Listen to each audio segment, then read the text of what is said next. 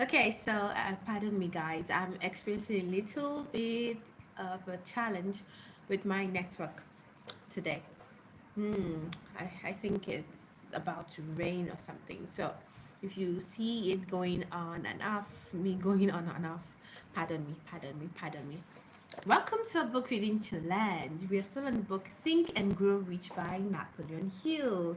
Yes, happy Sunday and a happy Mother's Day to each and every mother all over the world. We love and appreciate you. God bless you for, being good mothers to us. I just want to use this opportunity to say thank you to my own mother, the mother who God has used to bless me in various ways.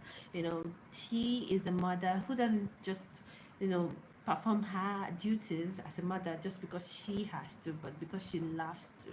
And I just want to say thank you, mommy, wherever you are. I know you might not come in contact with this video anytime soon, but anytime you do, I just want to say I love you.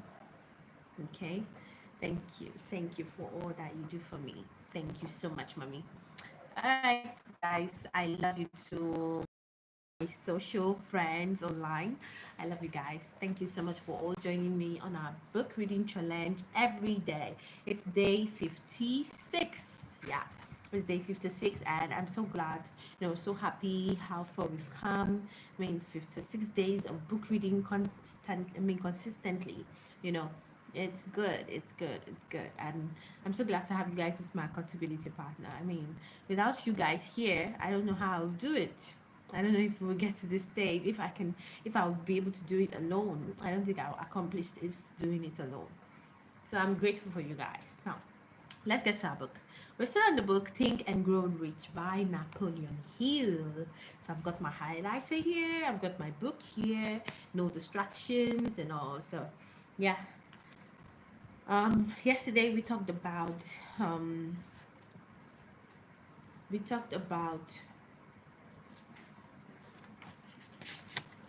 let me see. Yeah, we talked about specialized knowledge yesterday. We talked about specialized knowledge. So, um, so in this chapter, Napoleon Hill, tries to encourage the reader that he or she should acquire specialized knowledge. Okay, so if you're going to school with the intention of acquiring knowledge, you should know that the school, the whole concept of the school, is not the end of learning. Okay, so just because you're done with school doesn't mean that you should be done with learning. Okay, learning is a continuous process in life. Okay, so knowledge will not attract money unless it is organized and intelligently directed through practical plans of action to the definite end of accumulation of money. Okay, so if you are acquiring any sort of knowledge, it is not power.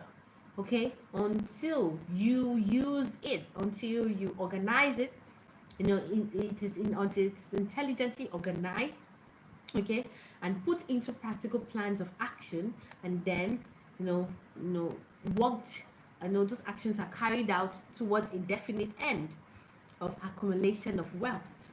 Okay, so knowledge is only potential power. It becomes power when it is organized into definite plans and directed towards a definite end.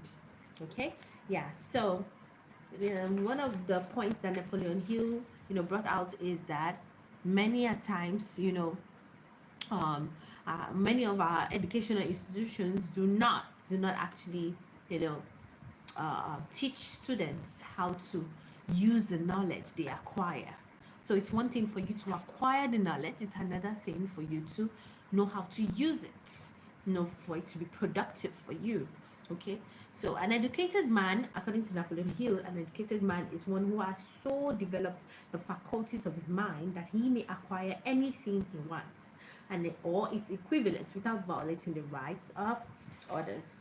The accumulation of great fortunes calls for power, and power is acquired through highly organized and intelligently directed specialized knowledge. but what knowledge does not necessarily have to be, but that knowledge does not necessarily have to be in the position of man who accumulates the fortune. If you contemplate taking additional schooling first determine the purpose for which you want the knowledge you're seeking. Then learn where this particular set of knowledge can be obtained from reliable sources. Okay, so if you want to get more education, more knowledge, ask yourself, what is the purpose of me seeking this knowledge? Then you can go ahead to look for, reliable sources where you can be able to obtain the particular knowledge you're seeking. Those who are not successful usually make the mistake of believing that the knowledge acquiring period ends when one finishes school, like I told you earlier. Okay, acquiring knowledge doesn't end when you're done with school, because in, sometimes even in schools you might not even get all the knowledge you actually signed up for in the first place. So you should keep on learning day by day if you want to be successful. Keep on applying for courses, keep on doing things that would upgrade your mind, your intellectuality. Okay, there is one outstanding weakness to this marvel. It is free. Okay, one of the strange things about human beings is that they value only that which has a price. The free schools of America and the free public libraries do not impress people because they are free. So Napoleon Hill says you only gain from what you paid for. So if something is free, people do not actually pay attention to it. They do not give you the whole seriousness, unlike if they pay for it. Okay, so you paying for a particular knowledge might give you, might help in you being serious about it, acquiring that knowledge. The person who stops studying merely because he has finished school is forever hopelessly doomed to mediocrity. No matter what may be his calling, the way of success is the way of continuous pursuit of knowledge. Self-explanatory. So today we're going to be going into imagination. We're going to be talking about imagination, the workshop of the mind. Okay, so that's the chapter 6. Okay, as you can see, that's the chapter 6 of our book today. We're moving. We're almost halfway done. Almost, not yet there, but almost halfway. So we're moving, and we're learning. That's the good part of it. So if you've got a book right now, I encourage you. Okay, please join me. Let's study a chapter together. There's so much you can gain. You don't need to have this particular book at the moment. You can have a book, you can pick up a book that you've been wanting to read for a long time, and just a chapter a day, just a chapter. I mean, I'm sure you will enjoy doing this activity. Okay, let's do it together. All right, so I'll talk to you soon.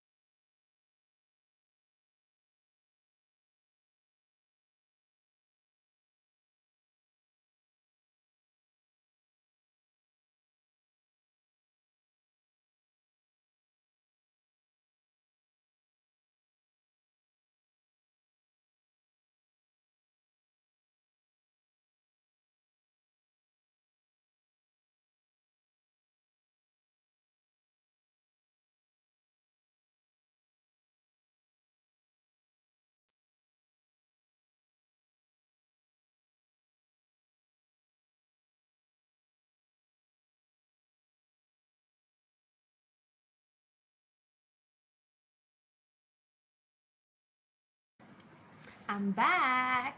Hi, hi, hi. Okay, so chapter today is all about imagination.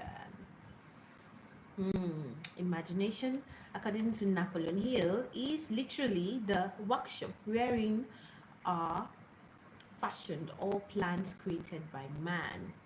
The impulse, the desire, is given shape, form, and action through the aid of the imaginative faculty of the mind. Man's only limitation within reason lies in his development and use of his imagination. Okay, so this is something you have to ask yourself. How do you use your mind? How do you use the gifts of imagination that God has given you? Okay, so yeah, so this whole chapter was all about imagination. Great leaders of business, industry, finance, and the great artists, musicians, poets, and writers became great because they developed the faculty of creative imagination.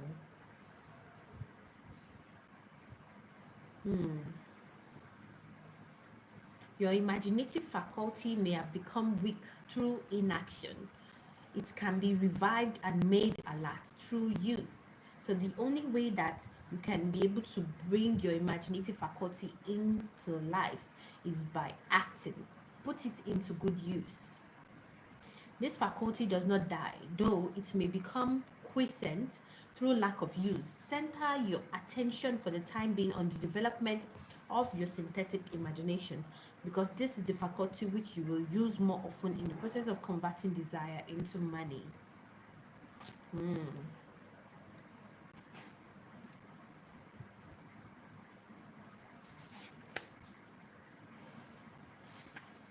So Napoleon Hill asks us tonight, what will you do if you have $1,000,000? So I guess it's something that we can think about, and tomorrow we'll answer that question. What will you do if you were given $1,000,000? Think about it and share your thoughts tomorrow. All right, I'll talk to you tomorrow. Take care. God be with you. God bless you. And do not forget, your mind is formidable. Happy Mother's Day. Bye.